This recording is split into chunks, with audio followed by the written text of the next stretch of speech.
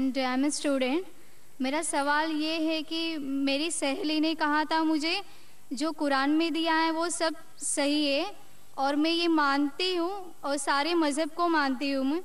लेकिन मेरा सवाल ये है, मेरी सहेली ने कहा था जो हम लोग हिंदू में भगवान को पूजा करते हैं, जो हम लोग मूर्ति को पूजा करते हैं जो पत्थर का बना हुआ रहता है, लेकिन मेरी सहेली कहती है वो पत्थर है जो तुम्हें कुछ नहीं देगा, भले तुम कितना भी मांगो वो तुम्हें कुछ नहीं देगा।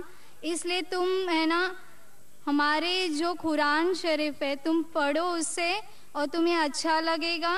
और मैंने कहा कि बचपन से हमारे पेरेंट्स ने जो सिखाया, जो उन्होंने सिखाया भगवान है, हर एक मज़हब में हर एक पेरेंट्स अपने बच्चों को सिखाते हैं कि जो भी मज़हब है उनके बारे में जानकारी देते हैं, भले हमारे गुरु भी देते हैं, लेकिन जो बच्चे हैं अपने पेरेंट्स को और अपने गुरु को ही फॉलो करते हैं। मैंने भी ऐसे ही किया, लेकिन मेरी सहेली कहती है कि वो गलत है, तुम अपनी पत्थर को कुछ भी मांगो वो कुछ नहीं देगा, हम अल्लाह को एक मांगेंगे तो वो हमें सब कुछ देते हैं।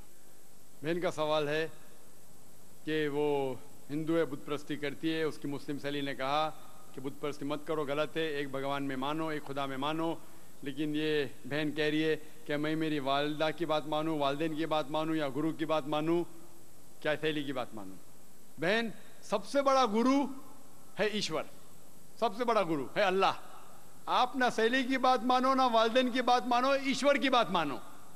ईश्वर क्या कहता है, भगवान क्या कहता है, और इसके लिए जो कुरान क्या कहता है, अगर उस चीज़ को आपको नहीं मानना है तो इंशाअल्लाह अगले शनिचर आओ, मेरी तकरीर है खुदा का तसव्वुर मुख्तलिफ मज़ाहिब में, और ये तकरीर में मैं साबित करूँगा आपके किताब से, हिंदू मजहबी किताब से, कि हिंदू मजहबी किताब में भी लिखा है कि खुदा एक है, उस खुदा की कोई प्रतिमा नहीं है और बुत परस्ती हराम है। इंशाअल्लाह अगले शनिचर आइए 22 तारीख को, इंशाअल्लाह तकरीर के बाद आप फिर से सवाल नहीं दोहराएंगी। आपके किताब के हिसाब से आपको एक खुदा को मानना है, एक ईश्वर को मानना है और सिर्फ उसकी इबादत करना है, और बुत परस्ती हराम है। अगले शनिचर 22 सैटरडे इंशाअल्लाह पाना सिस्टर।